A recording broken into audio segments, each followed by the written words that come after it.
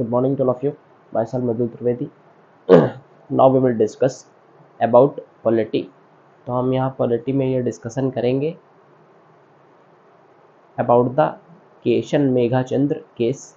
तो इस केस में क्या हुआ था ये हम अपना डिस्कशन करते हैं, समझिएगा। है ये केस किस लिए, ध्यान से देखिए। हम इतने दिनों से किसके बारे में बात कर रहे थे, तो 10th शेड्यूल में जो एंटी डिटेंशन लॉ है, यानी जो डिफेक्शन से संबंधी हम कुछ बहुत सारी इंफॉर्मेशंस देख रहे थे जो कि किससे रिलेटेड थी, डिफेक्शन से रिलेटेड। तो डिफेक्शन से रिलेटेड कई सारी चीज़ें हैं। मैंने बताया था डिफेक्शन मतलब क्या होता है, तो आप जानते हैं डिफेक्शन का मतलब क्या होता है, बता चुका हूँ। डिफेक्शन का मीन्स ये होता है कि कोई क्या करे, अपनी पार्टी को चेंज कर दे, चेंज दियर पार्टी, अपनी कोई क्या करे, पार्टी को चेंज कर दे। मान लिया कि किसी एक पार्टी में वो है और दूसरी पार्टी में चला जाए। इसमें क्या होता है कि लेकिन इसमें कुछ एक्सेप्शन भी होते हैं, वो हमने डिस्कशन किए। किन लोगों पे ये अप्लाई नहीं होगा वो हमने देखा, और कई सारी चीज़ें हमने डिफेक्शन से रिलेटेड देखी। इसके लिए कुछ लॉज वगैरह बने, तो वो लॉ कब इंक्लूड किए गए, अंडर 10th शेड्यूल। तो इसमें 52nd अमेंडमेंट 1985 में इंक्लूड किया गया अंडर द 10th शेड्यूल।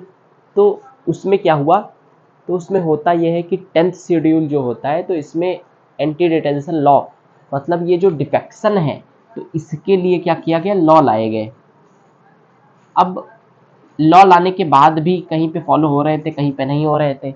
लेकिन हमने एक और बात पढ़ी थी, एक और हमने चीज़ पढ़ी थी कि स्पीकर जो है उसके पास क्या है, तो उसके पास, स्पीकर के पास क्या है, तो फाइनल अथॉरिटी होती है to take decision about the defection laws.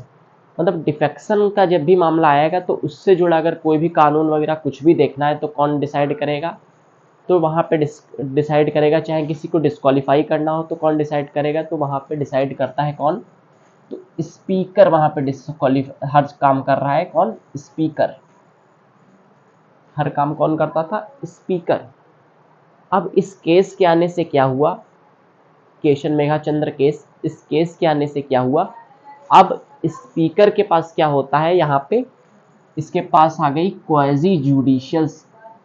क्या हुआ इस केस से डिसाइड, कि इस केस में कहा गया क्वाजी जुडिशियल पावर है किसके पास, मतलब क्वाजी जुडिशियल एक्ट करना चाहिए किसके साथ में, इन डिफेक्शन केस, इन डिफेक्शन। क्वाजी जुडिशियल मतलब क्या हुआ कि अब भाई क्वाजी जुडिशियल का मतलब यहाँ पे ये है कि स्पीकर वहाँ पे क्या करे, अपना काम करे जो भी उसको सही लगता है। लेकिन कोर्ट क्या है, हमने पढ़ा था कि ये जो डिफेक्शन है ये चैलेंज नहीं किया जा सकता कोर्ट में। अब इसी को केस के जरिए क्या किया गया, ये डिसीजन दे दिया कोर्ट ने। जैसे कि हमने प्रेसिडेंट में पढ़ा था, कई सारी और भी हमने पार्टिकुलर टर्म्स पढ़े थे, जैसे कुछ आर्टिकल्स को लेकर के या कुछ अमेंडमेंट्स को लेकर के हमने ये पढ़ा था कि कोई भी क्या कर सकता है, नहीं दे सकता है क्या, कि कोर्ट जो है यहाँ पे इंटरफेयर नहीं कर सकता। बहुत सारे केसेस हमने इस टाइप के पढ़े थे कि कोर्ट इंटरफेयर जिन मामलों में नहीं कर सकता। उसमें क्या हुआ, जब वो केसेस उस टाइप के गए कोर्ट में, तो कोर्ट ने क्या किया, उन्हीं के जरिए ये डिक्लेयर कर दिया, जजमेंट दे दिया। कोर्ट का जजमेंट क्या है, एक तरीके से लॉ ही समझिए। तो कोर्ट ने क्या किया, जजमेंट दे दिया कि court can check the mala fide intention of this case. यहाँ पे जब ऑफ दिस लॉ, अगर ऐसा इस टाइप का कोई भी कानून होगा तो क्या कर सकता है कोर्ट, वहाँ पे मैलिफाइड इंटेंशन, मैलिफाइड मतलब गलत इंटेंशन, मतलब वहाँ पे कोर्ट क्या कर सकता है, अपना जुडिशरी फंक्शन परफॉर्म कर सकता है। कोर्ट ये देख सकता है कि सही हो रहा है या गलत हो रहा है किसी भी लॉ में। तो हम जब कोर्ट ने क्या करते हैं, कोर्ट ज़्यादातर कोर्ट में होता यह है कि जब जब डिफेक्शन की हम बात नहीं कर रहे हैं, बहुत सारे केसेस आए और आर्टिकल्स अमेंडमेंट जैसे प्रेसिडेंट वगैरह हर चीज़ में हमने देखा था। जैसे ये भी हमने डिस्कशन किया था, जब कोई क्रिमिनल एक्टिविटी हो तो उस समय प्रेसिडेंट जो जजमेंट देगा। बहुत सारी चीज़ें और भी हमने देखी जिसमें हमने ये पाया, जिन्होंने सारे लेक्चर्स देखे होंगे उन्हें पता होगा। तो उसमें हमने ये पाया कि कोर्ट क्या करता है, कोर्ट ये डिक्लेयर कर देता है कि अब यहाँ पे भले ही वो लिखा हो अमेंडमेंट में कि court anybody can not be challenged to this law in the court, लेकिन कभी कभी कोर्ट ने ही डिक्लेयर कर दिया कि अब कोर्ट भी इसमें क्या कर सकता है, मलाफाइड इंटेंशन, गलत इंटेंशन तो नहीं था, ये चेक कर सकता है। क्यों? सेपरेशन ऑफ पावर में हमने पढ़ा था, जैसे पार्लियामेंट है वैसे ही जुडिशरी है, वैसे ही सेपरेशन ऑफ पावर है। बस पार्लियामेंट के पास क्या है, तो पार्लियामेंट के पास यहाँ पे ये है, क्योंकि डेमोक्रेसी है इंडिया में, तो पार्लियामेंट को हम क्या करते हैं, इलेक्ट करते हैं। बस इतनी सी बात है, तो हम इलेक्ट करते हैं, इसीलिए वो ज़्यादा हमारे लिए इंपॉर्टेंट हो जाते हैं। लेकिन जुडिशरी का भी सेपरेशन ऑफ पावर में क्या है, एक रोल है।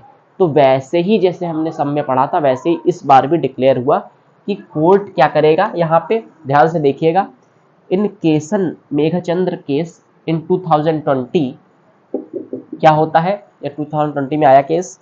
इन this case court held that speaker act as quasi judicial in defection law, so court can check malafide intention.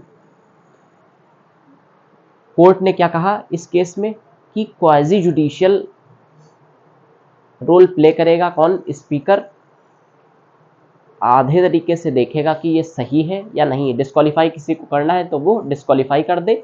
लेकिन कोर्ट ने ये जजमेंट दे दिया कि अब कोर्ट भी इसमें गलत इंटेंशन तो नहीं है, क्योंकि पता क्या होता था कि कई बार स्पीकर अपनी पावर को मिसयूज़ करते थे। क्यों? क्योंकि वो जिस पार्टी से बिलोंग करते हैं उस पार्टी में अगर डिफेक्शन होता है तो सब कुछ स्पीकर को करना है, तो स्पीकर डिस्क्वालीफाई नहीं करेगा।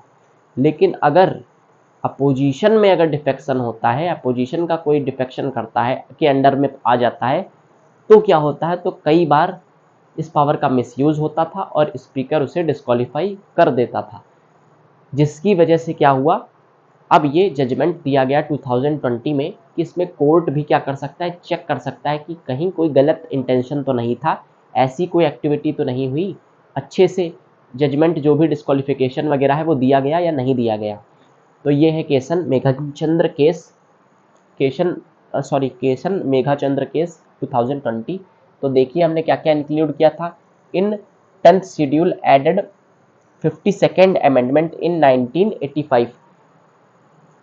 10th शेड्यूल के अंडर में 52nd अमेंडमेंट इंक्लूड किया गया 1985 में, ये हम पढ़ चुके हैं। फिर इसी में एंटी डिटेंशन लॉ, इससे रिलेटेड कई सारे लॉ वगैरह लाए गए डिफेक्शन से रिलेटेड। हाँ, फिर क्या हुआ, speaker has misusing his power. कई बार क्या होता था, स्पीकर अपनी पावर को मिसयूज़ कर जाता था। क्यों? क्योंकि कहीं कहीं पे ऐसा कहा गया था, यहाँ पे मिलता है डिफेक्शन में, कि डिफेक्शन में अंडर 10th शेड्यूल कि डिफेक्शन में ऑल ओवर पावर किसके पास है, तो स्पीकर के पास है। इसीलिए यहाँ पे कोर्ट ने अब ये जजमेंट दे दिया है कि अब कोर्ट भी इसमें क्या कर सकती है, ये चेक कर सकती है कि मेलाफाइड इंटेंशन तो नहीं था, कोई गलत इंटेंशन तो नहीं था। जो डिस्क्वालिफिकेशन या कोई जजमेंट डिफेक्शन से रिलेटेड अगर लिया गया तो वो सही था, स्पीकर ने सही दिया या नहीं दिया, तो अब ये कोर्ट भी क्या कर सकता है, चेक कर सकता है। Now please take a screenshot. Thank you.